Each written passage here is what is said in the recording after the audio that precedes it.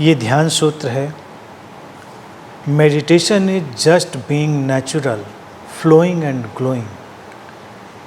ध्यान बस नैसर्गिक बने रहना है, प्रवाहपूर्ण और आलोक से भरा हुआ। बीइंग नेचुरल या नैसर्गिक होना, इस बात को समझना होगा, क्योंकि क्या इससे तात्पर्य है।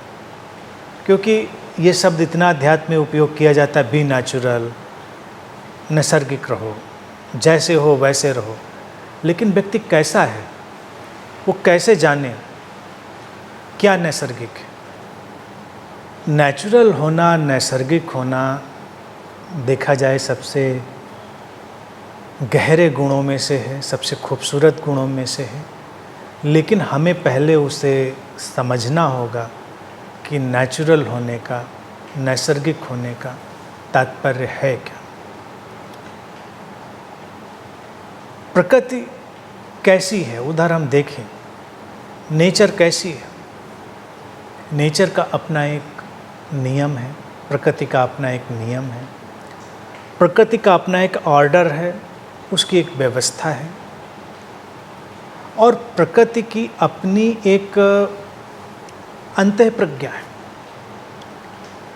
तो जब हम कहेंगे नेचुरल हो ये, तो नेचुरल होने का अर्थ ये नहीं है कि कोई व्यक्ति किसी तरह की आदत का शिकार है तो बस न वैसे ही जिए, कोई नशे का शिकार है तो नशे में ही जिए, किसी को भीतर से मान लीजिए अच्छी भाषा बोलने का स्वभाव नहीं है, वो खराब भाषा का उपयोग करता है, तो वो खराब भाषा का उपयोग करने लगे और कहे कि नहीं मैं तो नेचुरल हूँ क्योंकि मैं तो ऐसा ही हूँ।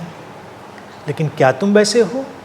क्योंकि तुमने खराब भाषा भी सीखी है, तुमने अच्छी भाषा भी सीखी है, तुमने अच्छा व्यवहार भी सीखा है, तुमने खराब व्यवहार भी सीखा है। जो कुछ भी सीखा गया है वो तो आरोपित है, वो नैसर्गिक कहाँ है, वो नेचुरल कहाँ है।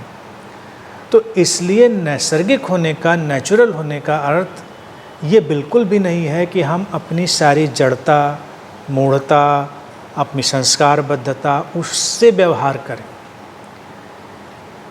नैसर्ग या निसर्ग जिसको हम कहेंगे, निसर्ग को देखना वो हमको एनलाइटन करेगा, जागृत करेगा कि क्या है नैसर्गिक होना।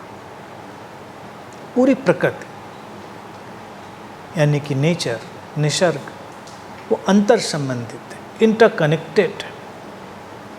और ये इंटरकनेक्टेड होना कोई कॉन्सेप्ट या सिद्धांत नहीं, वो है।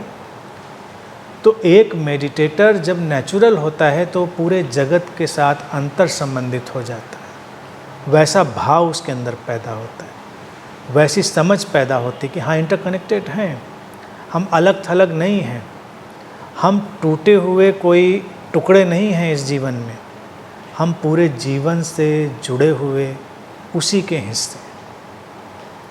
तो एक जब ये समझ आएगी तो प्राकृतिक होने का, नेचुरल होने का एक पहलू हमारे पकड़ में आएगा। फिर हम और भी प्रकृति के सारी चीज़ों को समझते जाएंगे, देखते जाएंगे, तो हमको नेचुरल होने की तमाम बातें समझ में आएंगी।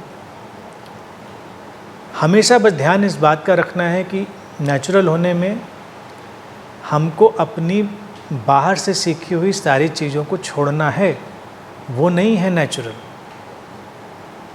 और फिर कहता है सूत्र की फ्लोइंग और ग्लोइंग, मतलब आभा से भरे हुए, प्रवाहपूर्ण। तो इसमें भी इशारा है नैसर्गिक होने का, क्योंकि जीवन बहाव है, उसको बहने देना है, जीवन को कहीं भी अवरुद्ध नहीं करना है, रोकना नहीं है।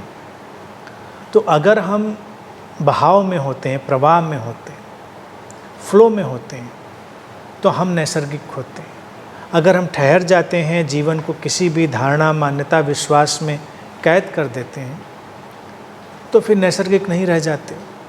जैसे अगर हम विचार और अनुभव और समझ की ही बात करें, तो विचार, अनुभव और समझ भी एक प्रवाह है, नदी की तरह बहता हुआ, हर बार अपने को शुद्ध करता हुआ, विकसित करता हुआ, जीवंत करता हुआ। लेकिन अगर हम अपनी समझ पर धारणाओं मान्यताओं की बंदिश डाल दें तो प्रवाह रुक जाएगा, और जो प्रवाह है वो एक तालाब में बदल जाएगा,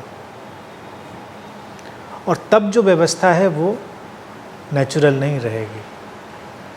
नेचुरल होने का अर्थ ही है प्रवाह में होना, और जब प्रवाह में होते हैं तो हम आलोक से भरे हुए होते हैं, तरोताज़ा, जीवंत। हमारे भीतर एक दैवीय रोशनी, दैवी आभा, दैवी आलोक प्रकट हो रहा होता है। तो